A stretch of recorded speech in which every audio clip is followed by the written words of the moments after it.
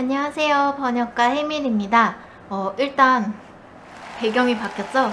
이사했습니다. 네, 제 채널에 방문하시는 분들은 대부분 번역가라는 직업에 관심이 있으시거나 아니면 번역가를 목표로 하시는 분들일 것 같은데요.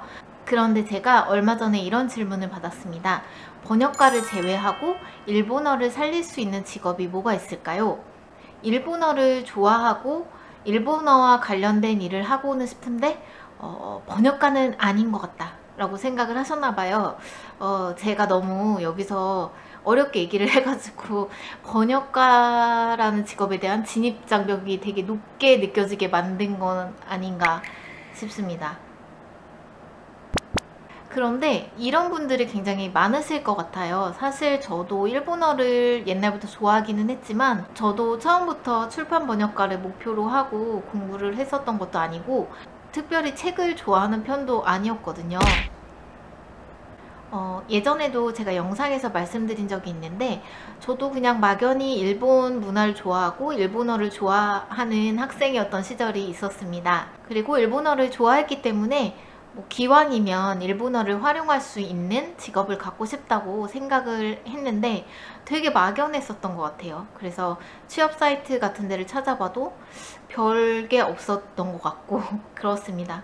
사실 특별할 건 없어요. 여러분이 생각하시는 범위에서 크게 벗어난 정말 새롭고 정말 도전해보고 싶은 그런 일본어 관련 직업이 있습니다 라고 할 만한 거는 없는 게 사실인 것 같습니다. 그래도 그 별다를 것 없는 거라도 알고 싶다 하시는 분들을 위해서 제가 이 영상을 찍게 되었는데요. 먼저 첫 번째, 일본어 하면 가장 많이 떠올릴 수 있는 관련 직업이 일본어 학원 강사나 온라인 강좌 강사일 것 같습니다. 물론 말솜씨가 좀 조리 있어야 되겠고 사람들 앞에서 떨지 않고 이야기할 수 있는 좀 깡 이런 것도 있어야 되겠죠. 그리고 두 번째, 일반 회사에 들어가는 방법인데요. 일본계 회사에 들어가거나 아니면 한국 회사인데 일본과 거래를 많이 하는 회사에 들어가서 일본어를 활용할 수 있는 방법이 있을 것 같습니다. 아무래도 회사에서 일본어를 사용하는 빈도가 좀 많겠죠. 하지만 업무 내용에 따라서는 일본계 회사긴 한데 일본어를 거의 사용하지 않는다 이런 경우도 있을 수는 있을 것 같아요. 제가 영상에서도 잠깐 얘기를 했던 적이 있는데 저는 일본 지자체와 일본 회사들과 같이 일하는 한국 광고 대행사 에서 일을 했었는데 기본적인 업무는 통역과 번역 업무뿐만 아니라 일본어로 전화하고 메일 쓰고 보고서 쓰고 제안서 쓰고 이런 모든 거를 일본어로 해서 굉장히 일본어 사용 빈도가 근데 이거 왜 이렇게 내렸지? 굉장히 사용 빈도가 높았었는데 어떤 회사에 어떤 보직으로 들어가느냐에 따라서 사용 빈도는 좀 많이 달라질 것 같습니다.